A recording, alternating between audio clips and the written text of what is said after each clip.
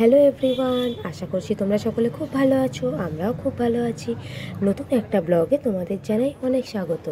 আজকের ভিডিওটা একটু অন্যরকম হতে চলেছে, কেন আমরাও এটা প্রথমবার যাচ্ছি। আমরা যাচ্ছি ময়দান মেট্রোতে আছি, আমরা যাব ধর্মতলায়। চলো ময়দান মেট্রোর ভেতরটা কেমন করেছে তোমাদের সাথে একটু শেয়ার করি। তো ভেতরে ঢুকে দেখলাম একটা লম্বা লাইন রয়েছে টিকিট কাটার, কেন কি অনলাইন টিকিটে একটুখানি অসুবিধা হচ্ছিল। খুচরো কয়েন যেদের থাকবে তাদের মেনলি টিকিটটা কাটা হচ্ছে, আর একটু ভালো নোট থাকলে কাটা যাচ্ছে, নয়তো অসুবিধা হচ্ছে। তাই ম্যানুয়ালে টিকিট কেটে আমরা ভেতরে ঢুকলাম। ঢোকার পর দেখলাম এখানে একটা মডেল রয়েছে। এই মডেলটা কিন্তু আমার দারুণ লেগেছে, মানে টানেলটা রিভারের মধ্যে, মানে হুগলি রিভারের ভেতর দিয়ে কীভাবে যাচ্ছে পুরো জিনিসটা তুলে ধরেছে। তারপর স্টেশনে গিয়ে দেখলাম মেট্রো এখনও আসতে বাকি আছে কিছুটার সময়। তো আমরা দাঁড়িয়ে থাকবো কেন, ভাবলাম একটু ফটোশ্যুট করে নিই। আর ফটোশ্যুট করা শেষ হতেই ওই যে আমাদের মেট্রো আসছে। কি দারুণ লাগছে না?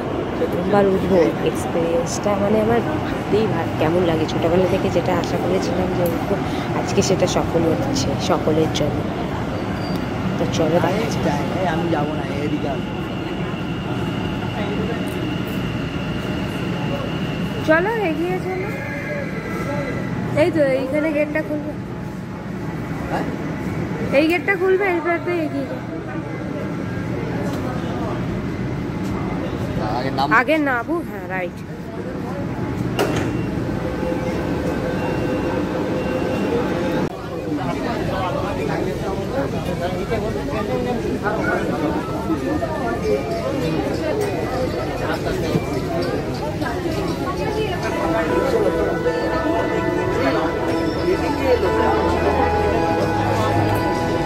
আমরা এক্ষুনি ব্লু লাইনের এই আমরা ঢুকে গেছি ব্লু লাইনের মধ্যে।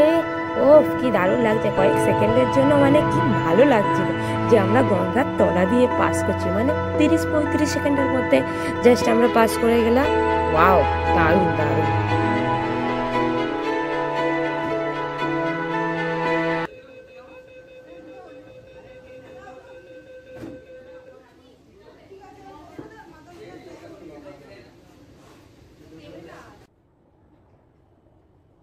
আর এই ডিজাইনটা বা এই সিনারিটার কথা কি বলবো, মানে এক এক জায়গায় এক এক রকম আঁকা রয়েছে আর কি, মানে জাস্ট অসাম লাগছিল। আর এই যে বুদ্ধবাবু যাচ্ছেন হেঁটে, তো ওখান থেকে বেরোলাম, বেরিয়ে হ্যাঁ দুটো ক্যাডবেরি নিলাম, নেওয়ার পরে বৃষ্টিতে ভিজে ভিজে বাড়ি এলাম। বুঝতে পারছো, মেট্রো দেখতে গিয়ে ভিজে ভিজে বাড়ি এলাম।